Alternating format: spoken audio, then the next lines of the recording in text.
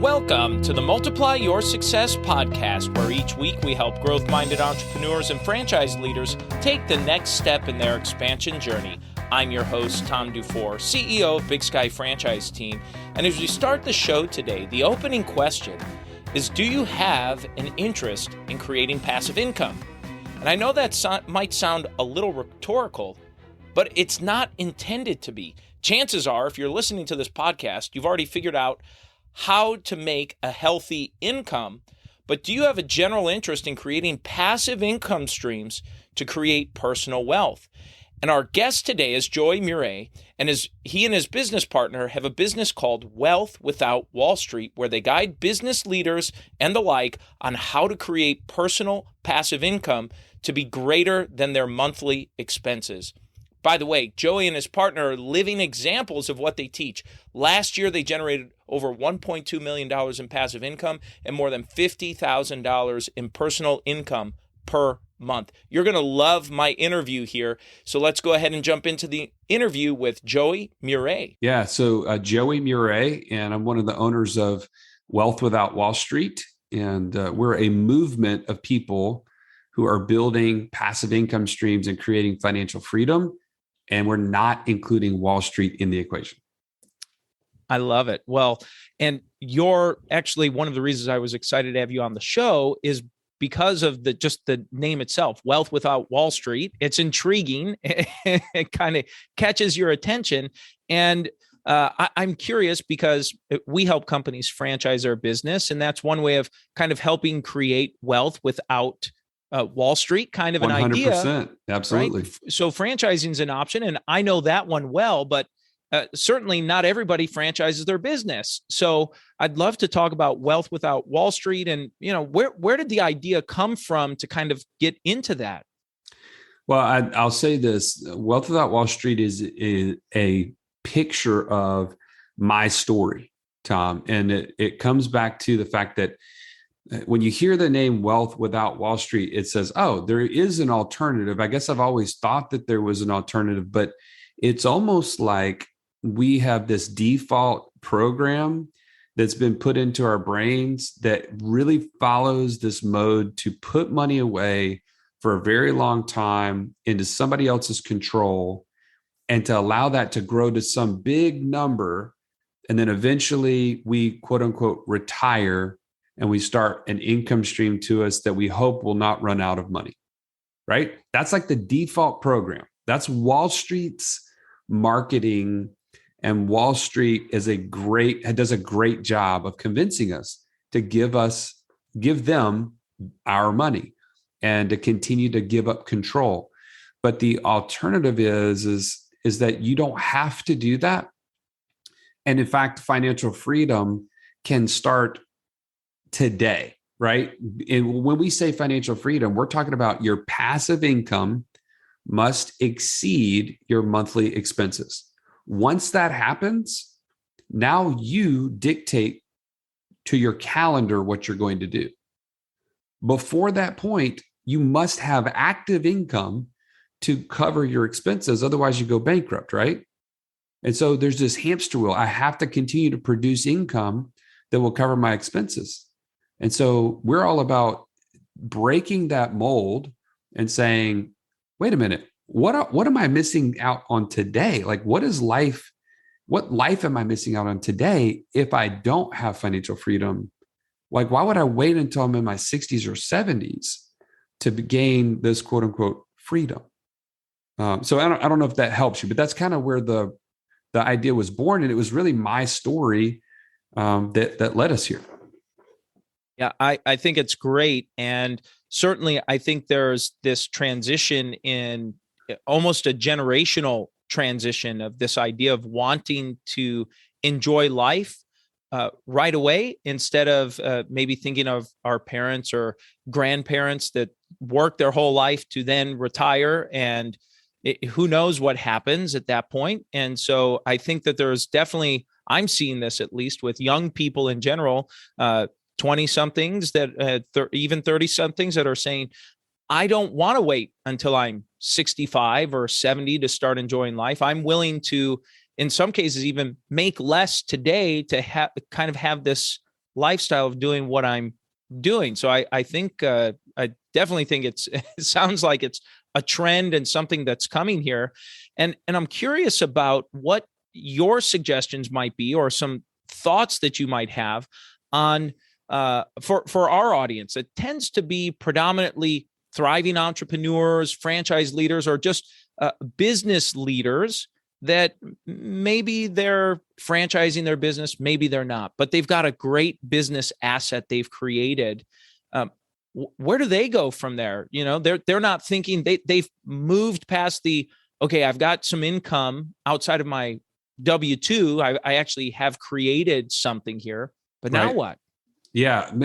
So first and foremost, hats off to you who have created a business and it's actually surviving and now thriving, because what we talk about a lot in our show is the hierarchy of wealth. Have you ever heard of that, Tom? No. Okay. So most people haven't. Think about the hierarchy of needs, the Maslow's hierarchy of needs. You probably took a college class on this, right? And you probably fell asleep halfway and all that. But it starts with, at the very bottom, you have these baseline requirements of life, right? If you don't have food and water, you don't really care if you have housing, right? It's like you have to move up the ladder. So if I have food and clothing, check. I move up to now I need housing and clothing, right? Check. Then I move into career, check. And, like there's all these levels. Well, the hierarchy of wealth is the same way. We have to start with the very baseline is cash and cash flow, right? If we don't have that, we really aren't concerned about building wealth. But so you're an entrepreneur, you're thriving, you're now sitting on cash. And I actually saw a post in one of these masterminds I'm a part of. And he said, the guy's like sitting on hundreds of thousands of dollars in cash. He's like, what are you guys doing with it? I'm seeing it evaporate before my eyes because of inflation, right? Which we all have felt the effects of. And so he's like, I need to do something with it. Well, there's two factors at play. Number one, I need to take that cash. I need to put it in a place that actually outpaces inflation. It gives me more benefits like tax-free growth and availability, but I need to continue to have access to it so that I can continue to grow my business. And so we solve that problem, right? We use a concept called infinite banking. And it's what I did in 2010. I started this process of putting large amounts of cash away into this concept called infinite banking. And it gave me the ability then for an opportunity fund, right? That opportunity fund became the place that I launched into turning active income into passive income. Because as a business owner, here's the challenge. Number one, you have a great asset and it's an amazing thing to create cash flow, but it also requires it to continue. And there's all sorts of threats out there, right? Whether it's government threats, market threats, competition, whatever it may be, internal issues with employees and other such things. So if we're not constantly taking active income and turning it into passive income, we're not properly stewarding the money that we've been given to create more security in the event of one of those fluctuations that may occur, and or the ability for us to then grow our influence and our impact on this world. And that's what I feel like is missing for the entrepreneur who's thriving. Is they're like, okay, how do I do that? That sounds good. How do I do that? That's where we come in, and we teach people through a 3-step process exactly how to do both of those things. Interesting. Well, as you mentioned this 3-step process, I'd love to know I don't want to have you give away any trade secrets, but is there kind of a high level overview that you could walk through of what that 3-step process looks like? Absolutely. And yeah, I don't want to bore everybody to, 4 hours of us going through this. So I'll keep it brief, but we have a book coming out later on this summer where it outlines this in more detail, but it's really, think about it this way. Financial freedom is a destination. And if you could think of one thing that helps you get to a destination, the first thing I think of is my phone, right? So I pull up my phone, I pull up my Maps app, and I put in wherever I'm headed.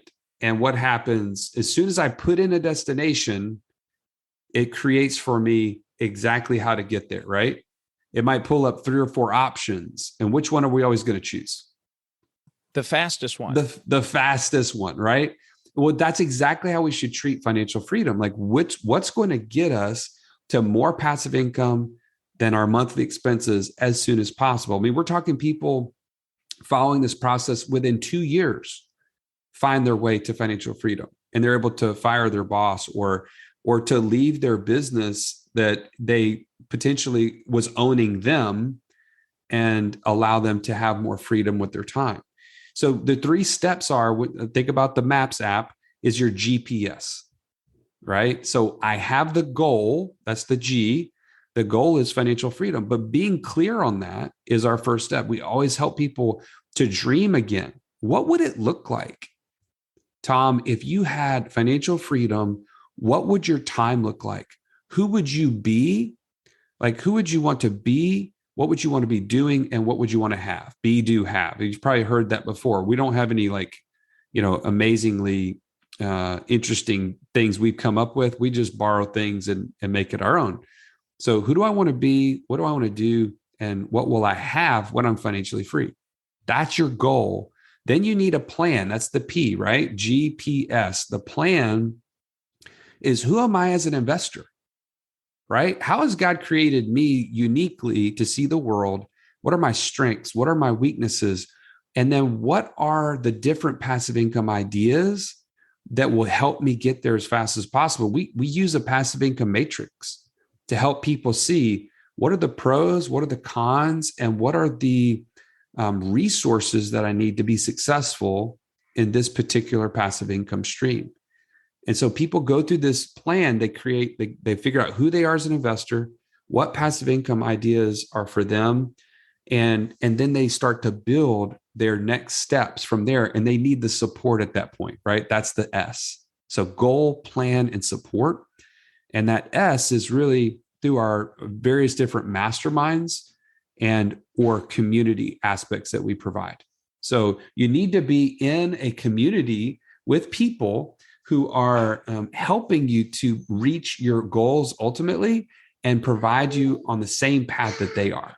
Well, thank you for sharing that overview. I think that's a great place to start. You've got a very clear pathway that you laid out there. Before the show started, you mentioned a client you're working with that sounded a lot like clients and customers we work with. Successful entrepreneur, they've got a great business, they're cash flowing, and they're saying, what now? Walk through how you're working with this client or someone in a similar situation. So it really boils down to that same 3 steps, Tom, right? So this guy he actually runs a mastermind that is for 7-figure entrepreneurs in the digital marketing space. And he came to us with this same question and it was like, all right, I got a lot of people in here. They're doing great things. They're making good money, but they really need some help figuring out what to do now, right? Where do they build actual wealth? And so the first thing, and I want to really kind of point back to what you do, Tom. So first and foremost, we talked about the hierarchy of wealth. The first level was cash and cash flow. The second level is control. Well, what do you control better than anything else you could possibly invest in? That's yourself, right? So knowing who you are as an investor is super important, but your business is right behind it, right? So investing in your business is the number one place to create financial freedom, especially when you can turn your business that's already successful into like a franchise model that then continues to pay you passively.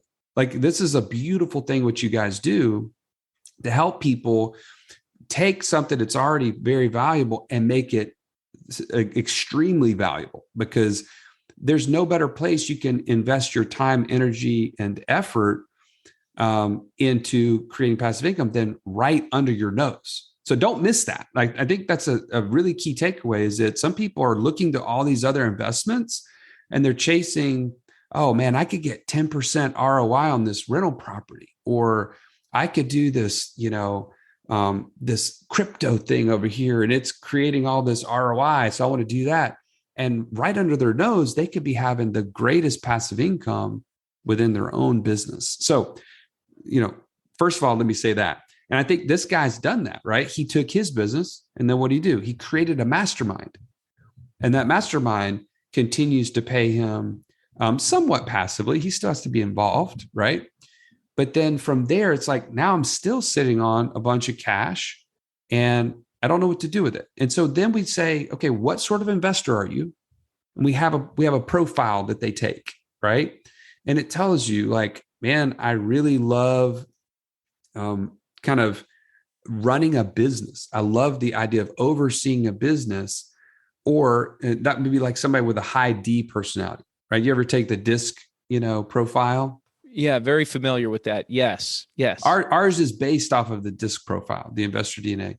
And so that high D is going to love the idea of running a business, whereas like an S personality or a C personality may not be so interested in that, right? They want something that's more kind of secure, more predictable, and maybe they want to go down the road of like a turnkey rental property where it's already been done. It's proven.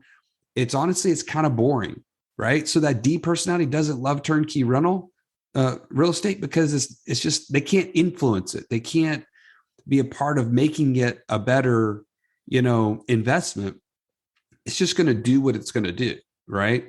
So anyways, this long story, we take them through the investor DNA, and then we take the cash that they were saving over here, we put it through the infinite banking concept, and they start to leverage that into the various real passive income assets that they've decided are the best fit for them. And from there, it's just watching it rinse and repeat, and start to see that growth.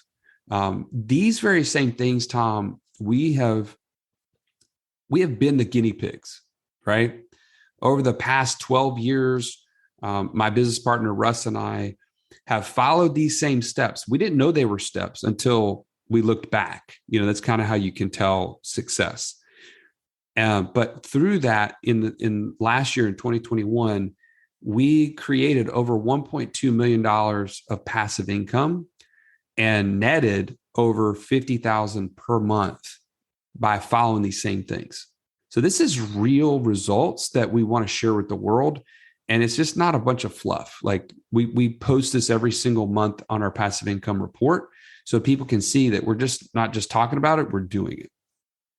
And is the passive income report, is that something where you showcase what's happening? It's a public for view so people could see that. What's the website? Someone who's tuning in. So I know I'm talking to you. I'm interested. Okay. What's the website? How do I see what's going on? It depends on whichever format you want to see it. We have it on our website, wealth.wallstreet.com. You can scroll to the bottom and there's a passive income report tab. We post it on YouTube and on our podcast. So if you just want to listen to it, you can hear all the things we're investing in. But on YouTube, we actually show the report, and you're welcome to check that out. Again, it's not always perfect.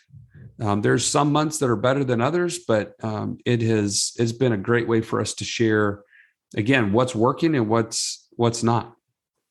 Great. Well, I love what you're doing. It's really interesting. And I think the topic it's always a timely topic, but it's really relevant, I think, to our audience and our clients here. So enjoy. This be a great time to transition to the show format that we always like to ask every guest the same 4 questions before they go. And the first question is, as you've been going throughout your career, if you've had a miss or two along the way and something you've learned from it. I will say one of the biggest misses I had is kind of what the impetus of our whole company came from. And that was, I was that guy stuck on the hamster wheel of thinking that higher income equaled success, right? Higher income does not equal success. It honestly, the higher that my income went, I was in the mortgage business at the time, the more I was held to my phone and I couldn't even be with the people that I loved the most, right? Like I remember specifically being on the beach with my kids and my wife and saying, hey, y'all go head down to the beach. I'll be right behind you. I just have to take one more call. And then 2 hours later, I'm walking down on the boardwalk to the beach, and they're walking back the other way with a look of disgust on their face that dad was with us, but he's not present. And I know that's one of the biggest misses of my career was losing that like touch of that and thinking, I'm working so hard for you. How do you not understand? Dad has to go to work. The problem was I wasn't solving for passive income. So I was constantly a slave to that next phone call and that next deal that had to be done. Yeah. Well, thank you for sharing that. And well, let's talk about the other side of this and a make or two. You've shared some throughout this, but I'd love for you to talk about a make. So I think the biggest thing I did is get really passionate about passive income. And I partnered with my business partner, which this other thing I want to point out to people is as you're doing this journey of creating passive income and figuring out who you are as an investor, sometimes you're going to find that there's some things that you'd love to take advantage of, but you're just probably not the best person to go down that path alone. And so I would say one of the biggest makes I had was finding a great partner that helped to kind of, fill in the gap, so to speak, on where I was potentially weak and vice versa for him. So I think a good partnership and getting focused in on passive income, that was a big transition for me. Yeah. Well, and how about a multiplier? I think what you're doing is a great multiplier in and of itself. I don't want to, steal the idea here, but certainly it's a great fit. But I'd love for you to share a multiplier or two that you've used for the career, personally, professionally, that you'd like to talk about. I would say starting a podcast was the biggest thing we ever did on accident. Tom, we didn't even know what a podcast was. There was a younger guy in our office at the time. This was, I guess, 6 years ago or so, somewhere around there. And he said, we said, we're kind of growing and we want to have a conversation with our clients more often than once or twice a year. Like, because, we were just doing belly to belly, face to face kind of business. And he said, well, you could just do a podcast. That'd be easy. We could just record it and then everybody could have access to it all the time. We're like, oh, okay, well, let's try it. And so we just started, and we literally thought it was just the people in our local area who are clients were getting this content. And we look up 6 months later and we start getting calls from all over the country of people saying, hey, I've been listening and I want to know how to do what you're talking about. And we're like, who are you? Like, where are you? How did you hear about us? They're like, your podcast. I'm like, oh, well, I didn't know that other people were listening. I just, so anyways, I think it's the most powerful thing we've ever done because it forced us to grow from a local company to a national company in a very short amount of time. Yeah. Yeah. I love that. And I love that it was an accident. It's that's really amazing. Well, and the final question we like to ask every guest is, what does success mean to you? Well, I think to put a bow on even what we've been talking about here is I know it has nothing to do with your income increasing, right? That does not create more joy in the world. It just creates potentially, if it's not done correctly, more pain, and it can keep you from the people in your life that you love the most.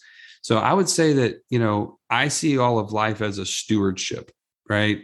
Like God has given me the people in my life for a reason, the skills in my life for a reason, the resources that I have for a reason. And ultimately success to me is being able to look up and know that I'm doing the very best I can with all those functions. And it's amazing when those things kind of come into view, and you start seeing income created over here that creates more time freedom to be with the people that you want to invest in and impact the most. I feel like all those things have kind of come together, and I want to constantly be looking for ways to improve and be more successful by having those things align. Does that make sense?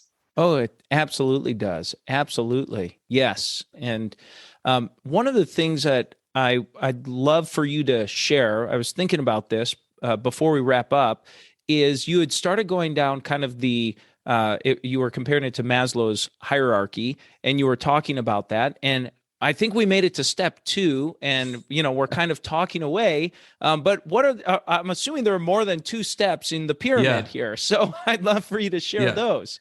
Thank you. I'm great at starting, not always at finishing. So you got cash flow at the bottom. Then you go up to control, which is, again, you, yourself, your business, and the things that are closest to you. Collateral, right? So collateralized assets are the next level. So that's going to be anything like business, real estate, lending, those things that have collateral behind them. And at the very top is speculation. And speculation is the place where most of us have been told we're supposed to start, right? Hey, you just started a new job. You know what? You need to start putting money in this thing called your 401k. And you know what? You just put money away every single month, and it gets diversified, and it's in all these various different funds. And, they pay you money if you put money in. It's all speculation, because it's not backed by anything, and it can go to zero tomorrow. And so what we do is we flip that mindset and say, you got to start with the most basic things and move your way up. And to be honest, most people never even have to get to speculation if they do the other 3 steps right. It's only like if they want to at that point. Wow. Well, thank you. Well, as we bring this to a close, is there anything you were hoping to share or say that you haven't had a chance to or get into yet? Man, I'll tell you, I feel like I need to listen to your show and learn more of your tips and tricks, because, to be honest, I feel like if you have a business that you can then franchise, and it doesn't create an entirely new job for you, right? That you're now inundated with more time being taken from you, that's a huge, huge win. And it's something I feel like that we could learn better about as well. So I don't mean to brown nose you here on the show, but just as we were talking, that's a huge opportunity for as a successful business owner. Well, I appreciate that. And whether it's brown nosing or not, it makes no difference. I still appreciate it.